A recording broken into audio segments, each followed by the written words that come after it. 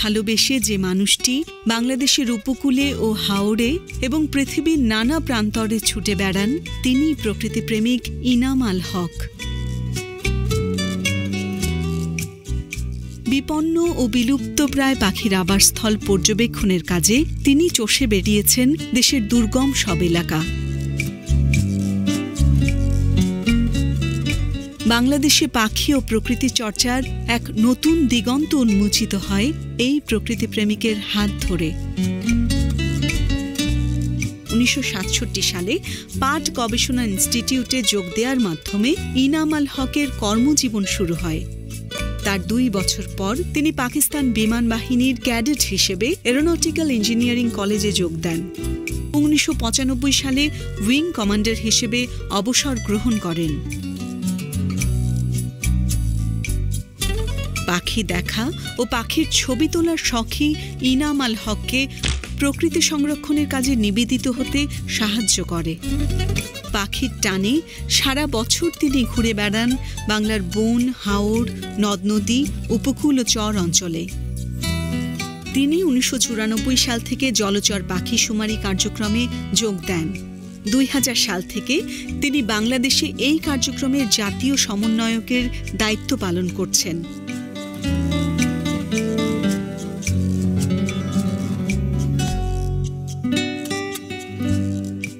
এই শুমারির আয়োজন করে 1996 সালে তাঁরই হাতে গড়া প্রতিষ্ঠান বাংলাদেশ বার্ড ক্লাব।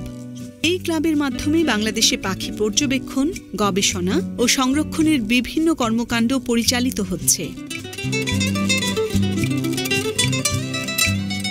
এই দেশের নতুন প্রজন্মকে প্রকৃতির প্রতি উৎসাহী করে তুলতে পাখি নিয়ে আড্ডা, আলোচনা, সেমিনার ও প্রকাশনার পাশাপাশি বার্ড রিঙ্গিং অর্থাৎ পাখির পায়ে আংটি পরানোর কার্যক্রম চলছে এই ক্লাবের তত্ত্বাবধানে। পাখি ও প্রকৃতির তত্ত্ব ও তথ্য সাধারণ মানুষের কাছে পৌঁছে দিতে ইনাম আল হক কলম ধরেছেন 1997 সাল থেকে। দেশের প্রায় সব জাতীয় দৈনিক ও সাময়িকীতে তিনি পাখি, প্রকৃতি ও সংরক্ষণ নিয়ে লিখেছেন জনপ্রিয় নিবন্ধ। পাখি ও প্রকৃতি বিষয়ক সচেতনতা তৈরির প্রয়াসে 2000 সালে তিনি জাহাঙ্গীরনগর বিশ্ববিদ্যালয়ে প্রথম পাখি মেলার আয়োজন করেন। 2003 সালে তিনি বাংলাদেশের 19টি গুরুত্বপূর্ণ পাখি সমৃদ্ধ এলাকার একটি ইনভেন্টরি তৈরি করেন, যা আন্তর্জাতিকভাবে গৃহীত হয়েছে। 2004 সালে ইনাম আল হক বাংলাদেশ উদ্ভিদ ও প্রাণী জ্ঞানকোষ সম্পাদনার কাজে বাংলাদেশ এশিয়াটিক সোসাইটিতে যোগ দেন। জ্ঞানকোষের 26তম খণ্ডে তিনি বাংলাদেশের পাখির 650 প্রজাতির পূর্ণাঙ্গ চিত্র তুলে ধরেছেন। পাখি সম্পর্কিত বৈজ্ঞানিক জার্নালে তার একাধিক গবেষণাধর্মী নিবন্ধ প্রকাশিত হয়েছে। তিনি বাংলাদেশের 700 প্রজাতির পাখির প্রমিত বাংলা নামের তালিকা প্রস্তুত করেন, যা বাংলাদেশ উদ্ভিদ ও প্রাণী জ্ঞানকোষ গ্রহণ করার মাধ্যমে জাতীয়ভাবে স্বীকৃতি লাভ করেছে। ইনাম আল হকের আরেকটি বড় পরিচয়, তিনি অ্যাডভেঞ্চার প্রেমী। 1997 সালে তিনি অ্যান্টার্কটিকা অভিযানে যান। বাংলাদেশের প্রথম পর্বতারোহী দল গঠন করে 2004 থেকে তিনি হিমালয় অভিযান শুরু করেন। তার দলের সদস্যরা ইতিমধ্যে একাধিকবার এভারেস্ট জয় করেছে। 2007 সালে তিনি মেরু ম্যারাথনে যোগ দেন এবং উত্তর মেরু পৌঁছান। অ্যান্টার্কটিকা এবং উত্তর মেরু অভিযানকারী একমাত্র বাংলাদেশী তিনি। বারংবার বিশ্বের বিচিত্র ও দুর্গমতম স্থানে গেলেও বাংলাদেশের মাটি ইনাম আল হককে বেশি টানে। এদেশের পাখি ও প্রকৃতি সংরক্ষণের কাজকেই তিনি জীবনের ব্রত হিসেবে গ্রহণ করেছেন। বাংলাদেশে বন্যপ্রাণী বিষয়ে সর্বোচ্চ সরকারি নিয়ামক ওয়াইল্ড লাইফ অ্যাডভাইজারি বোর্ডের সদস্য হিসেবে দীর্ঘদিন ধরে তিনি দায়িত্ব পালন করছেন। এই নিসর্গের জীবনের বাকি দিনগুলো কাটাতে চান বাংলার প্রকৃতির মাঝে।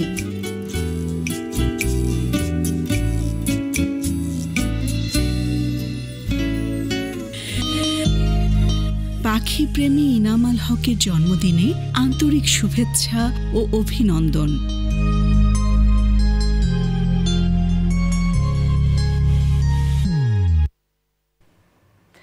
প্রিয় দর্শক, শুভেচ্ছা, স্বাগত জানাচ্ছি ফ্রেশ প্রিমিয়ামটি তারকা কথনের আজকের আয়োজনে। শুনছিলাম প্রকৃতির কথা, পাখির কথা এবং পাখি প্রেমীর কথা। প্রকৃতির সঙ্গে আমাদের সম্পর্ক কতটা গভীর সেটা আসলে আমরা তখন অনেক বেশি উপলব্ধি করি বা অনেক বিস্তৃত পরিসরে উপলব্ধি করি যখন আসলে প্রকৃতির একটু বিরূপ অবস্থার তৈরি হয়, যেমনটা এখন আমরা দেখতে পাচ্ছি বাংলাদেশের বিভিন্ন অঞ্চলে বন্যা পরিস্থিতিতে। তাই প্রকৃতি রক্ষায় কাজ করা আমাদের সকলের দায়িত্ব, সকলের জন্য এক অবশ্য পালনীয় কর্তব্য। তাই যারা প্রকৃতিকে ভালোবাসেন, প্রাণকে ভালোবাসেন এবং সেটি রক্ষায় কাজ করে যান আর আমাদেরকে উৎসাহিত করেন, তারা আমাদের সবসময়কার প্রাণের মানুষ, ভালোবাসার মানুষ এবং তারা আমাদের উদযাপনের। আজ আমরা কথা বলছিলাম, আমরা শুনছিলাম ইনাম আল হককে নিয়ে, যিনি বাংলাদেশ বার্ড ক্লাবের প্রতিষ্ঠাতা। আজ তার ৮০তম জন্মদিন, তাকে পেয়েছি আমরা সঙ্গে ভীষণ আনন্দের সঙ্গে। শুভ জন্মদিন। ধন্যবাদ। কেমন আছেন? আমি ভালো আছি বোন। অনেক ধন্যবাদ আমাদের মাঝে আজকে আসার জন্য। আপনাকে পেয়ে আমরা ভীষণ আনন্দিত। আপনাকে নিয়ে শুনছিলাম আমরা, তবে অনেক অজানা কথা নিশ্চয় আছে যেটা আসলে অনেকেই আমরা জানি না। জন্মদিন মানে আমরা একটু পেছনে ফিরতে চাই, শুরু থেকে জানতে চাই কেমন করে আসলে পৃথিবীতে জীবন চলা শুরু হলো। ছোটবেলার কথা যদি কিছু বলতে চান, কেমন ছিল ছোটবেলাটা? হ্যাঁ, আমার ছোটবেলা কিন্তু খুবই আনন্দের ছিল, যা অনেক কিশোরেরই সে ভাগ্যে হয় না। বিশেষভাবে আমি যেহেতু গ্রামে ছিলাম, আমাদের ওই গ্রামটাও একেবারে বনবাদারের মাঝখানে ছিল বলে একেবারে প্রাকৃতিক পরিবেশে বড় হতে পেরেছি। সেটা কোন জায়গা? আমার জন্মস্থান কুষ্টিয়া, খোকসা নামে এক জায়গায়। আচ্ছা। জানিপুর, হিজলাবট এই নামে অনেকে চেনেন। তো ও সমস্ত জায়গায় তখনও অনেক বনবাদার, এর মধ্যে অল্প কয়েকটা বাড়ি, এরকম সব গ্রাম। এক বাড়ি প্রতিবেশীর বাড়িতে যেতে গেলেই কিন্তু বন পার হয়ে যেতে হয়। এমন গ্রাম এখন খুব কমে গেছে। এখন তো সারা দেশটাই প্রায় শহর হয়ে গেছে। শিশুরা সব দালান কোঠার মধ্যে জন্ম নিচ্ছে, হয়তো 10 তলাতে বড় হচ্ছে। তাদের ভাগ্যে এটা হবে না যে এরকম আমার শৈশব যত প্রাকৃতিক পরিবেশে কাটানোর যে সুযোগ আমি পেয়েছি, সেটা এখনকার অনেক শিশুই পাবে না। এটা একটা দুঃখের, আমার দিক থেকে একটা দুঃখের কথা যে এটা বঞ্চিত হচ্ছে আজকের শিশুরা। বাহ, দারুণ। তা পাখি নিয়ে কাজ করার ইচ্ছে বা পাখির প্রতি ভালোবাসাটা কি সেই ছোটবেলার ওই পরিবেশটাই আপনাকে দিয়েছে? হ্যাঁ, সেটা কোনো সন্দেহ নেই যে ওই কারণেই। কারণ আমার অন্য ভাই বোনদের মধ্যে এটা হয়নি, কম হয়েছে। আচ্ছা। কারণ তারা ওই সুযোগটা পায়নি, তারা শহরে বড় হয়েছে। তো তারা কিছুটা শহরের প্রতি তাদের আমার চেয়ে বেশি টান। আচ্ছা, আপনি তো পাখি দেখে বেড়াতে ভালোবাসেন, আপনি ভ্রমণও পছন্দ করেন, আবার পাখি দেখার উদ্দেশ্যে আপনি পৃথিবীর বিভিন্ন জায়গায় গিয়েছেন। সেই সমস্ত অভিজ্ঞতার কিছু কি আজকে বলবেন আমাদেরকে? হ্যাঁ, পৃথিবীর কথা বলার আগে একটু বরং দেশের কথাও মনে রাখবেন। আপনি কিছুটা ইঙ্গিত দিয়েছেন যে প্রকৃতি বিরূপ, মানে আমরা ঠিক এই মুহূর্তে 10 লক্ষ মানুষ পানিবন্দী, 18-19 জন লোক মারা গেছেন, এমন বন্যাও তো আমরা দেখিনি। আমাদের দেশে প্রতি বছর বন্যা হয়, কিন্তু এক রাত্রে 10 ফুট পানি তো উঁচু হয়ে ওঠে না। কিন্তু এই যে এখন যে বিপর্যয় হয়েছে, প্রথমতই আমাদের ওই মানুষগুলোর কথা মনে রাখতে হবে যে 10 লক্ষ মানুষ কিন্তু আমরা যেমন আরামে বসে আছি তা নেই আজকে। এই মুহূর্তে তারা অনেক কষ্টে আছে এবং সামনে আরও কষ্টের দিন রয়ে গেছে। কিন্তু তাদের জীবন হয়তো আগামী 3-4 সপ্তাহের মধ্যে স্বাভাবিক হবে না, কিংবা তারপরেও স্বাভাবিক জীবনে বা স্বাভাবিক কর্মজীবনে ফেরাটা সকলের জন্য নিশ্চয়ই চ্যালেঞ্জের হবে, যারা অনেক কিছু হারিয়েছেন এই পানিতে।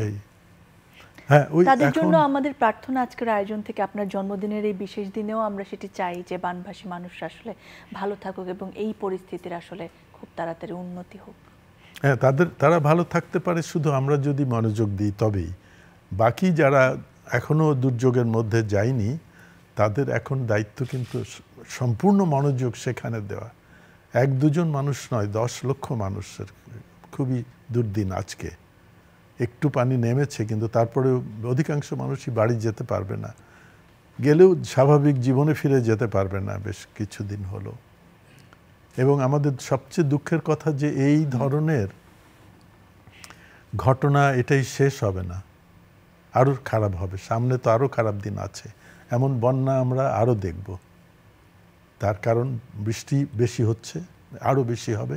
জলবায়ু পরিবর্তনের জন্য, বৈশ্বিক উষ্ণতা বেড়ে যাওয়ার কারণে পানি আকাশে বেশি যাবে এবং বেশি বৃষ্টি হবে।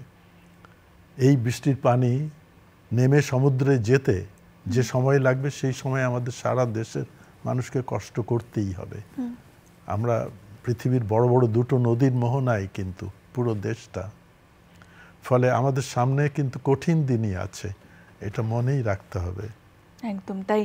এখনই যার যার জায়গা থেকে প্রকৃতিকে রক্ষায় যদি আমরা এগিয়ে না আসি, তাহলে আসলে আমরা সকলে এটার ভুক্তভোগী হব।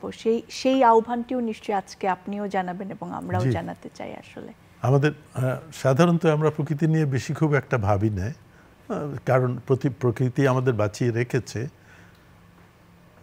সেই জন্য আমরা এটা ধরে নিই যে এটা আমাদের, এটাই এভাবেই চলবে। আমার জীবন চলবে, হয়তো আমার সন্তানের জীবনও চলবে। কিন্তু যখন প্রকৃতি সেই অবস্থায় এখন আর নেই, এখন আমাদের কিন্তু ভাবতে হচ্ছে যে তাহলে এই পরিবর্তিত পরিস্থিতিতে আমরা তাহলে কি করে টিকে থাকবো, কোপ করব কি করে। এখন হলো সবার চিন্তা এটা হতে হবে, সবার, শুধু যে আমরা সরকার করবে কিংবা কয়েকটি প্রতিষ্ঠান করবে তার উপর নির্ভর করলে হবে না। আমাদের এই যে পরিবর্তিত পরিস্থিতিতে আমাদের সবার নেমে পড়তে হবে, আগামী দিনের কথা ভাবতে হবে এবং এই আমরা কি করে এই অতিবৃষ্টি এবং অনেক পানির মধ্যে টিকে থাকব। পানি সরে যাওয়ার পথ করে দিতে হবে যাতে দ্রুত সরে যায়, সমুদ্রে চলে যায় এই পানিটা, এবং আবার উপরে ধরে রাখার জায়গাও বাড়াতে হবে। আমাদের এরকম জায়গা ছিল, হাওড় বলি আমরা, পাহাড় থেকে সব পানি এসে নেমে এখানে থাকতো, তারপরে নদী পথে ধীরে ধীরে নেমে যেত, এটাই ছিল হাওড়। তো সেইগুলো আমাদের যেহেতু জায়গা, হাওড়ের পানির জায়গা কমে গেছে কারণ ভরাট হয়ে গেছে, অনেক জায়গায় আমরা এখন চাষবাসও করছি, কিন্তু এই যখন বৃষ্টি বেশি হবে, এই যে যেমন এবার হয়েছে, আগামীতে এর থেকে অনেক বেশি হবে, তাহলে কি আমরা আবার ওই হাওড়ে চাষই করব, নাকি হাওড়টা আরও গভীর করব যাতে বেশি পানি থাকতে পারে, পানি উপচে কম আসে, এবং প্রতিটি নদী কিন্তু গভীর করতে হবে যাতে দ্রুত পানি সমুদ্রে যেতে পারে। এই সমস্ত কথা বলার এখন সময় এসছে, কারণ এখন কিন্তু এই যে 10 লক্ষ, আগামী বছর হয়তো এরকম 20 লক্ষ লোকের হবে কিংবা তারও বেশি, যে এমন মানে সমস্ত জীবন বিপর্যস্ত হয়ে যাবে, 1 মাস 2 মাসে তাদের স্বাভাবিক জীবন ফিরে আসবে না। যে শিশুটা একটা বই নিয়ে অবাক পড়তো, তার কথা ভাবেন, সে কিন্তু আরও 1 মাসের মধ্যে বই নিয়ে বসতে পারবে না। আমরা যত চেষ্টাই করি তার স্বাভাবিক জীবনে, তার সেই ভাঙা ঘর ঠিক করে দেওয়ার পরেও কিন্তু তার 1 মাসের কিন্তু একটা অস্বাভাবিক জীবনের মধ্যে থাকতেই হচ্ছে। এখন আশ্রয় কেন্দ্রে এতটুকুন জায়গার মধ্যে আছে। এই সব কথা আমাদের এখন খুব জোর করে বলতে হবে, কারণ এগুলো সবই হয়েছে কিন্তু প্রাকৃতিক পরিবেশটা নষ্ট আমরা করেছি, শত বছরে, 1000 বছরে নষ্ট করেছি। এখন আমরা দ্রুত তার কুফল আমাদের উপরে এসছে। এই যে প্রকৃতির সমস্ত উপাদানের যত্ন নেওয়া, তাদের রক্ষা করাটা যে আমাদের ভীষণ গুরুত্বপূর্ণ, সেই জায়গায় পাখিকে নিয়ে আসতে চাই। পাখি আমাদের প্রকৃতির একটি অত্যন্ত গুরুত্বপূর্ণ উপাদান আমি বলবো, মানুষের মতো, পশুর মতো, বৃক্ষের মতো পাখিও গুরুত্বপূর্ণ, এবং পাখি বনায়নেও একটা গুরুত্বপূর্ণ ভূমিকা পালন করে। সেই জায়গায় যদি বলি যে বাংলাদেশের কত পাখি আছে, বা আপনি অনেক পাখির বাংলা নামকরণের কাজ করেছেন, সেই কাজটি নিয়ে একটু শুনতে চাই আপনার কাছে। হ্যাঁ, বাংলায় কিন্তু নাম কম ছিল। আচ্ছা, পাখি, পশু পাখি, কীট পতঙ্গ আমাদের নাম এখনো খুবই কম। বহু দেশেই এককালে কম ছিল, কারণ মানুষ তো নাম দেবে সেইগুলো যেগুলো তার প্রতিদিনের কাজে লাগে কিংবা দেখা সাক্ষাৎ হয়। যারা লুকিয়ে থাকে, সহজে দেখা যায় না, তাদের নাম গ্রামের লোক তো আর দেবে না, কোনো দেশেই দেয়নি।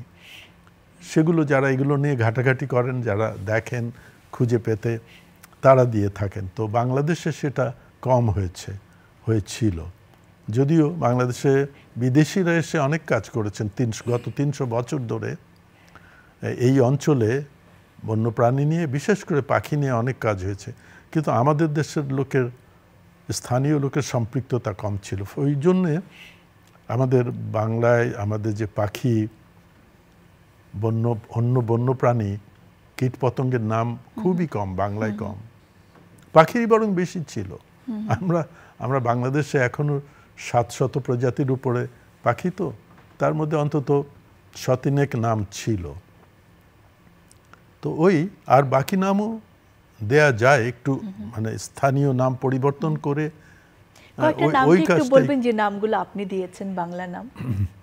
আমি কিন্তু আসলে কোনো নামই দিইনি। হ্যাঁ, কারণ নাম ওইরকম দেওয়া ঠিক হয় না। নাম আমি সংগ্রহ করেছি, কিছুটা পরিবর্তন করেছি। তারপরে আমি বলি আমি কতটুকুন কাজ করি, খুবই সামান্য, কিন্তু এইটুকুন করা একজনের দরকার ছিল।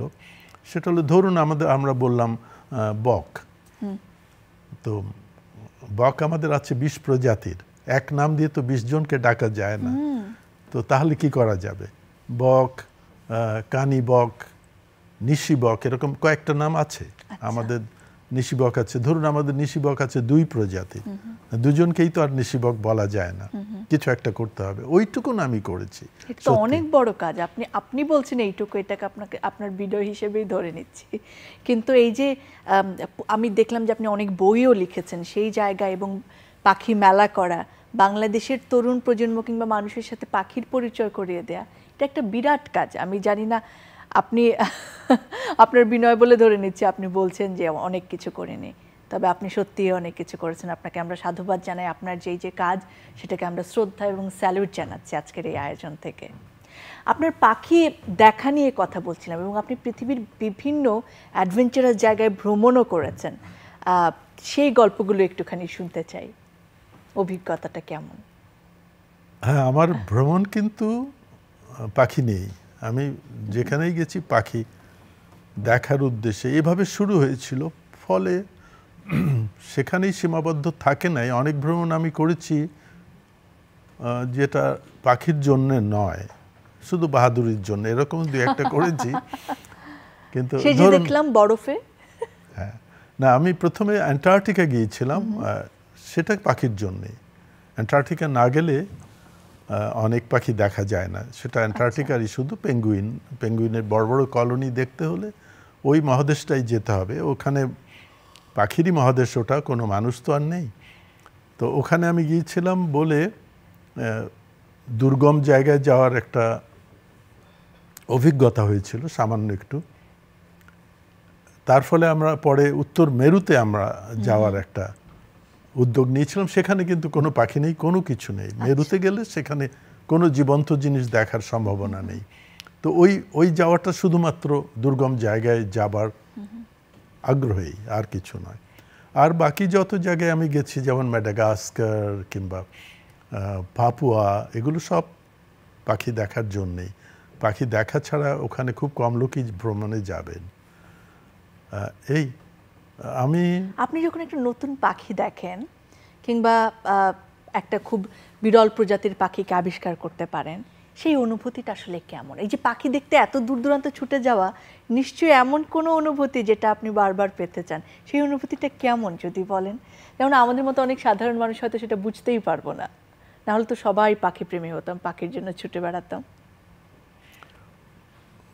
নতুন পাখি দেখাই যে আনন্দের তা নয়, কিন্তু নতুন পাখি দেখার একটা আনন্দ আছে কি এক ধরনের পাখি দর্শকের, যারা শুধুই কত পাখি দেখলাম ওটা তালিকা রাখতে চান, নতুন দেখলে তার নিয়ে বাহাদুরি করতে চান, ওটা আরেক ধরনের পাখি দেখা। আমি তা নই। আমি বরং একটা পাখি নতুন হোক পুরনো হোক, ওর পরিবেশটা কেমন, ওর বেঁচে টিকে থাকার জায়গা কি আছে, আমি দেখলেই মনে হয় আর কত বছর এখানে সে টিকে থাকবে। একটা পাখি, বিরল পাখি নিয়ে একটা অসুবিধে, বিরল মানেই তার পরিবেশ, বেঁচে থাকার পরিবেশ নষ্ট হচ্ছে বলেই তো বিরল হয়েছে সে। ফলে বিরল পাখি দেখলেই সবচেয়ে বেশি আগে মনে হয় তার আশেপাশের জায়গাটা কেমন অবস্থায় সে আছে। একটা বিরল পাখি যদি হঠাৎ একদিন ঢাকায় এসে যায়, এবং এসছেও একবার আমাদের ঢাকার গলফ ক্লাবে, আমাদের এক পাখি দর্শক বিদেশি ছিলেন, উনি একটা অত্যন্ত বিরল পাখি যেটা বাংলাদেশের পাহাড়ি অঞ্চল ছাড়া দেখার কথাই ওঠে না, কিন্তু এখানে উনি দেখেছিলেন। তো এরকম দেখলে বরং আমার কষ্টই হয়, আনন্দ হয় না। এই পাখি তো এখানে টিকে থাকবে না, ও আমি আজকে দেখলাম ও কাল এখানে থাকতে পারবে না, ওর টিকে থাকার পরিবেশ নেই। সেই জন্য আমি একটা বিরল পাখি দেখলে প্রথমেই দেখি তার আশেপাশে সে কি টিকে থাকবে এখানে। আমি যদি ওকে 1 বছর পরে এসে যদি নাই দেখতে পাই এখানে, তাহলে ওকে একবার দেখে তো লাভ নেই আমার। আমি এসে দেখলাম, ছবি তুললাম, বাহাদুরি করলাম যে আমি দেখে ফেলেছি, এটা আমার কাছে অত আনন্দদায়ক কোনোদিনও ছিল না।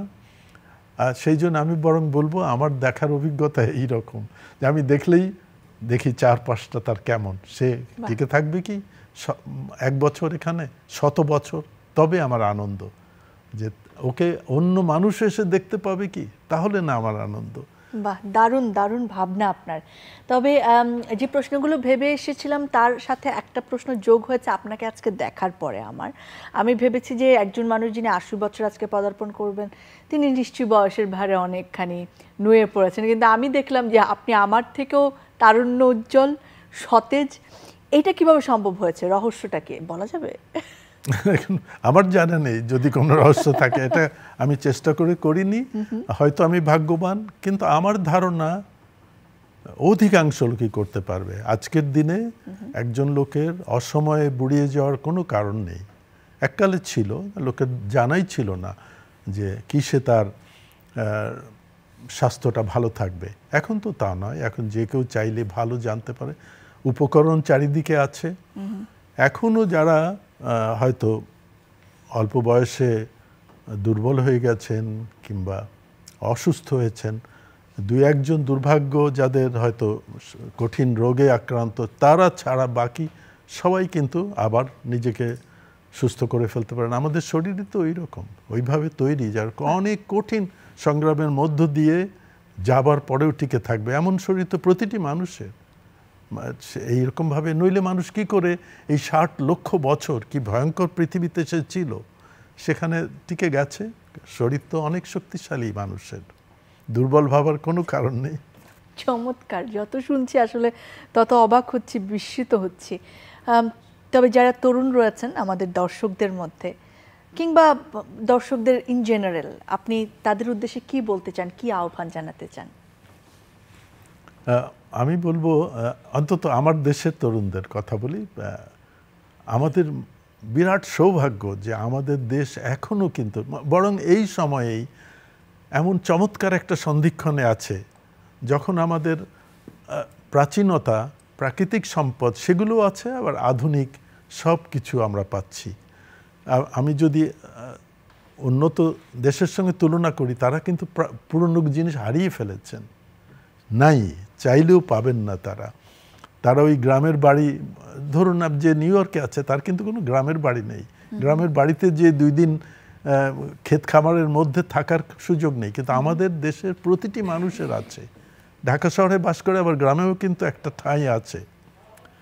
ওই রকম আমরা এখন 2 জগতের মাঝখানে আমাদের দেশের সব মানুষ, যে যারা আধুনিক সুযোগ সুবিধাগুলো হাতের মধ্যে, আবার পুরনো যে সুন্দর, যেটা ঐতিহ্য নিয়ে এসছে আমাদের বহু শত বছরের জিনিসগুলো, সেগুলো কিন্তু হারিয়ে যায়নি।